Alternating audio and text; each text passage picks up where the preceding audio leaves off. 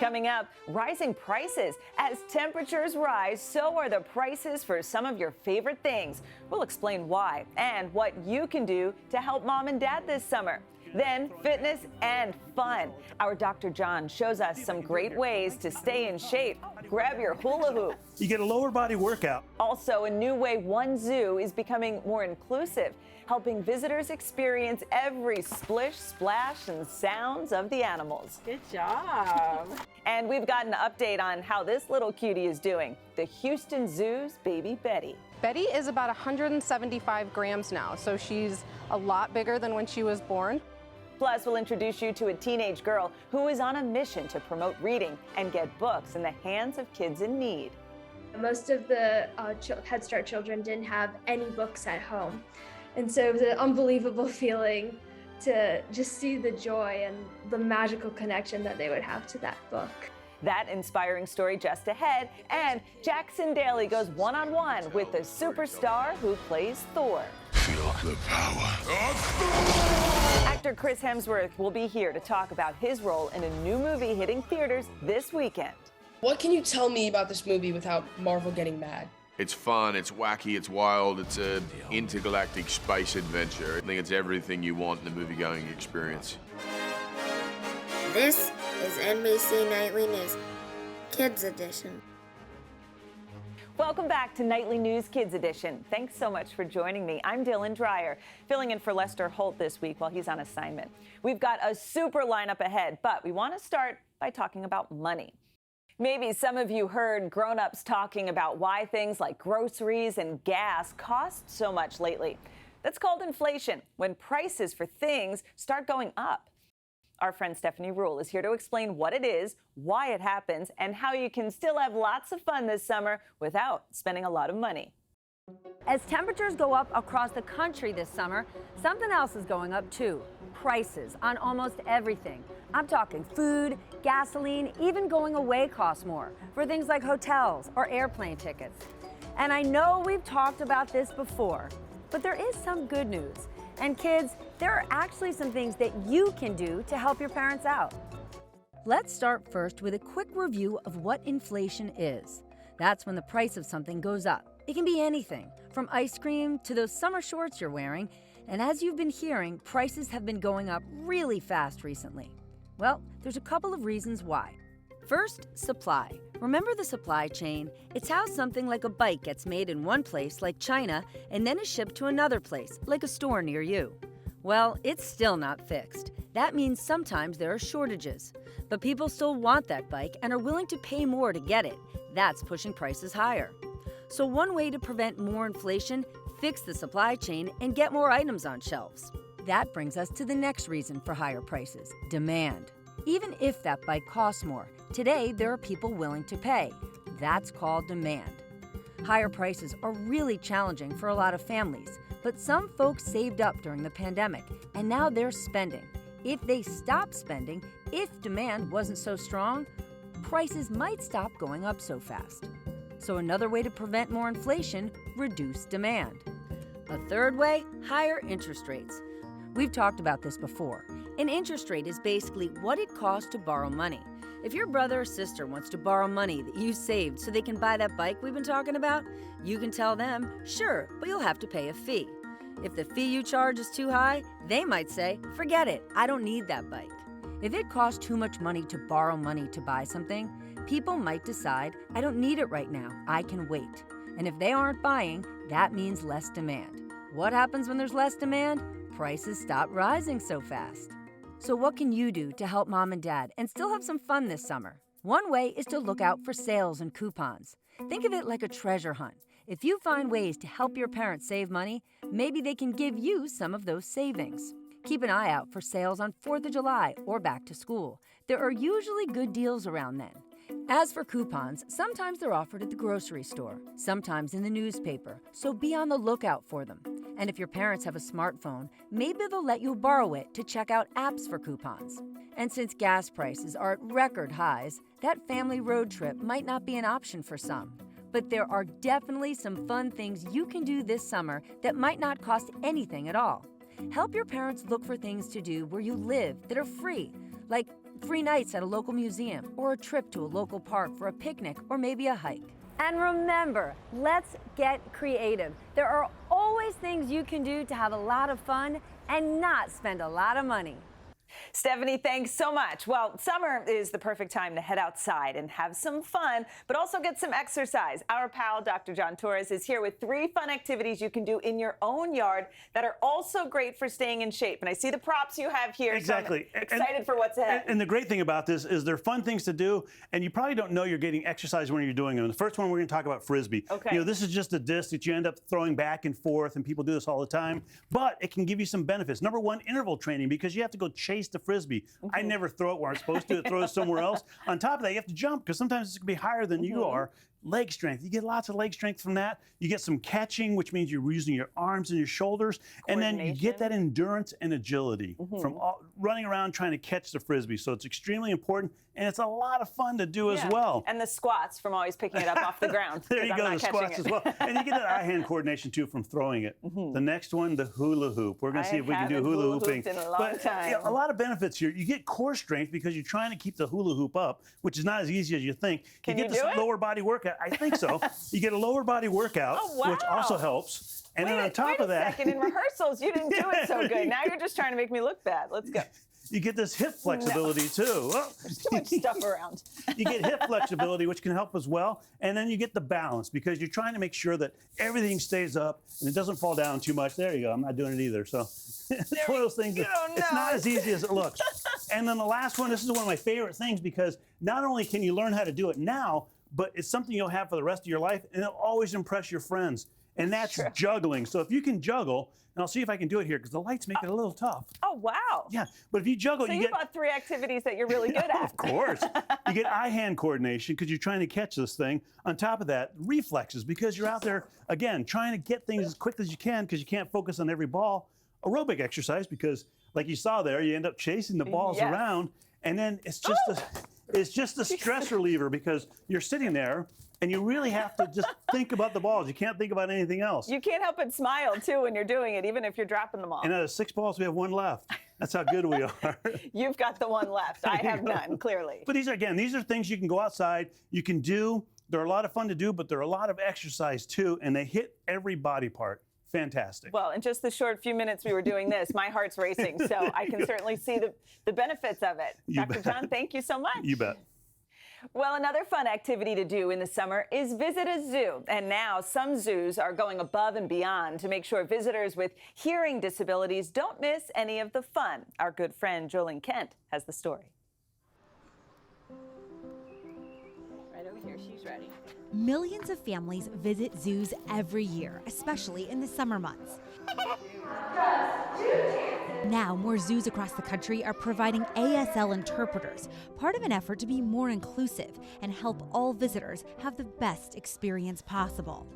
ASL stands for American Sign Language, and interpreters use the language to help people who can't hear. You're using your hands to show concepts. You're doing more interpreting than translating. The goal is to facilitate communication. A big part of the job is to make sure that you're making a spoken language accessible to a deaf person. So what you're going to do is you're going to hold the lettuce up under in her mouth. The Oklahoma City Zoo is now offering ASL interpreters for zoo guests who are deaf or hard of hearing. They're on site once a month. It's been great to see the response to having this service, that people that otherwise really wouldn't be able to experience these encounters and other opportunities here at the zoo. At the zoo, the ASL interpreters help guests get around and make animal exhibits like this one with rhinos more accessible for all visitors. Being able to have whole families come with maybe having some members in the family are hearing, some members are deaf, to be able to experience them equally is very important and very precious to every member in the family. They can leave being able to have conversations about what they experienced, what they learned. When we visited the zoo, Becky Woodall was working as an interpreter at the sea lion presentation, helping to bring the sounds and splashes to life. Any child who wants to learn. We want them to have knowledge and correct knowledge. And the best way to do that for a deaf child is through an interpreter. Interpreters working hard to expand accessibility, making a day at the zoo more enriching for everyone.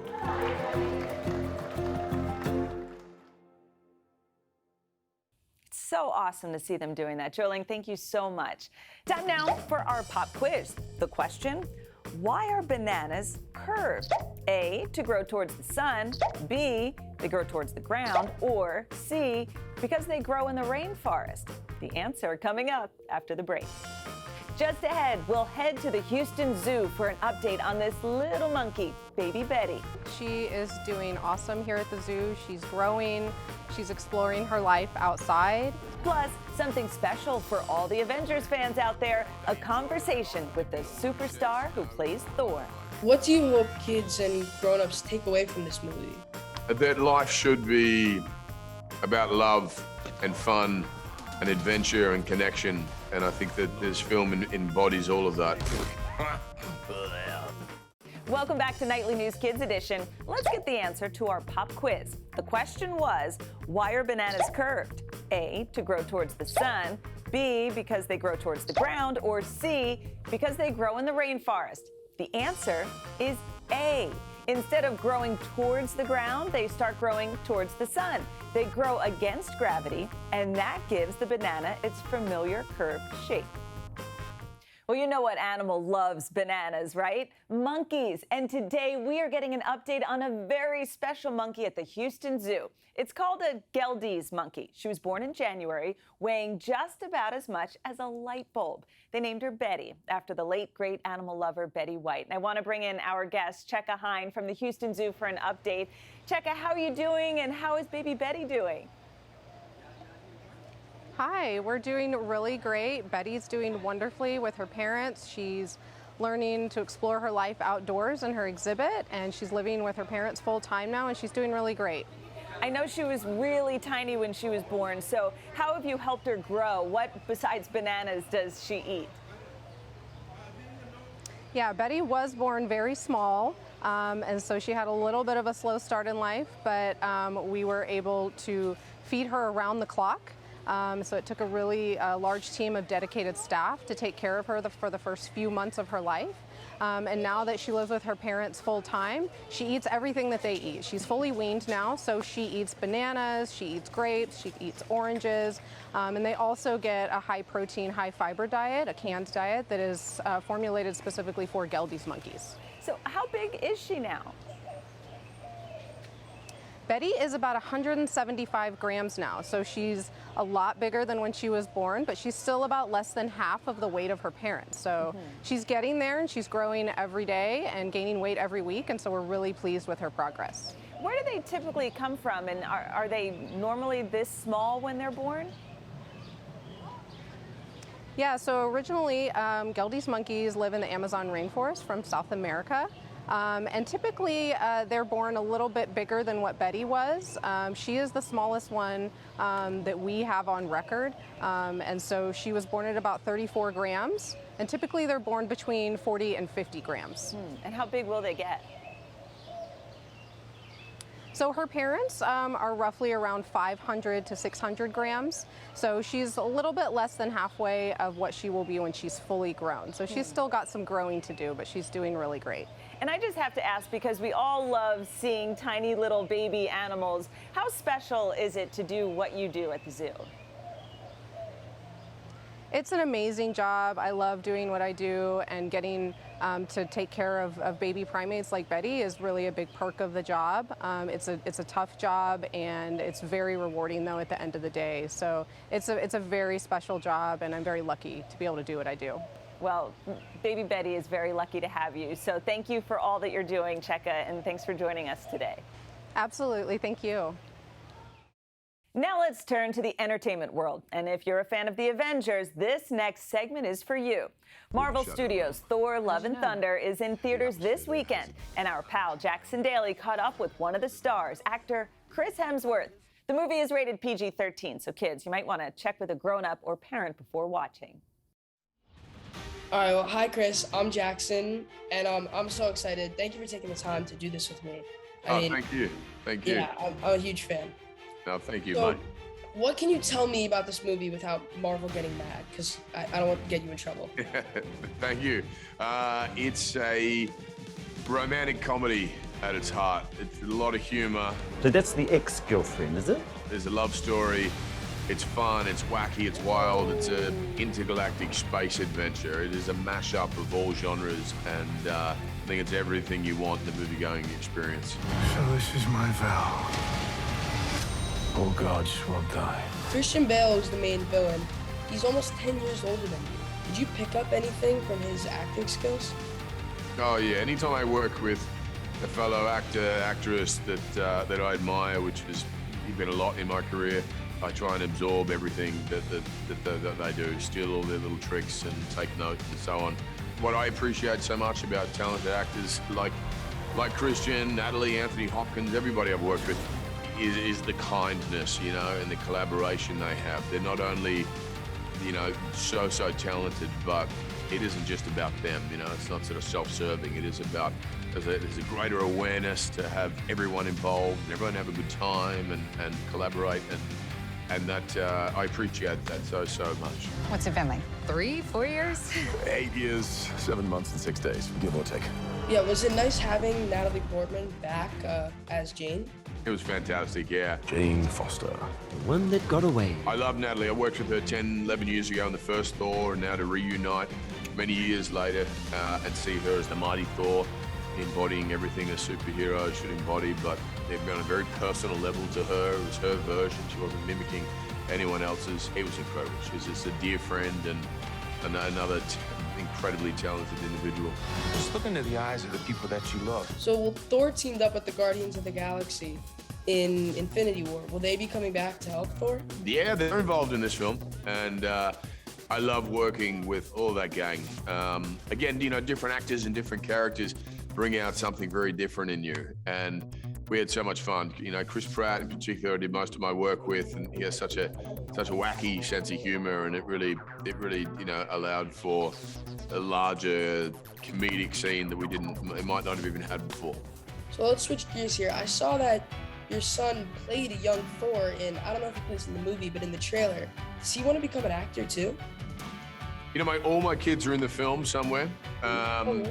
and I think they enjoy it, they like it. They've been on movie sets, you know, as my wife and I have been working over the years, but we've said, look, you know, one-off, occasional, you know, if we're on set with you, but I want them to, you know, finish school, be kids, have fun, live out their youth, and when they're a little older, they can kind of, you know, go get a job officially. Are you their favorite superhero? I don't know. Depends what day it is, you know. Sometimes they say it. Other times, a few other superheroes come to mind. Feel the power of Thor! How does it feel being the veteran of the group? Yeah, it's a strange thing to think about, you know. I mean, 10, 11 years ago, I played Thor for the first time, and it kind of feels like yesterday. It's all been such a wild, intense journey. Yeah, it's kind of like catching up with an old friend, you know? Yeah, right. If you could play any other Marvel character, who would you play? Oh, wow. I'd like to play a villain, you know? You get to have so much fun playing the bad guy, you know? There are no parameters and rules, and you get to do things that are different and wacky and wild and different to the superhero space that I've been in for a while.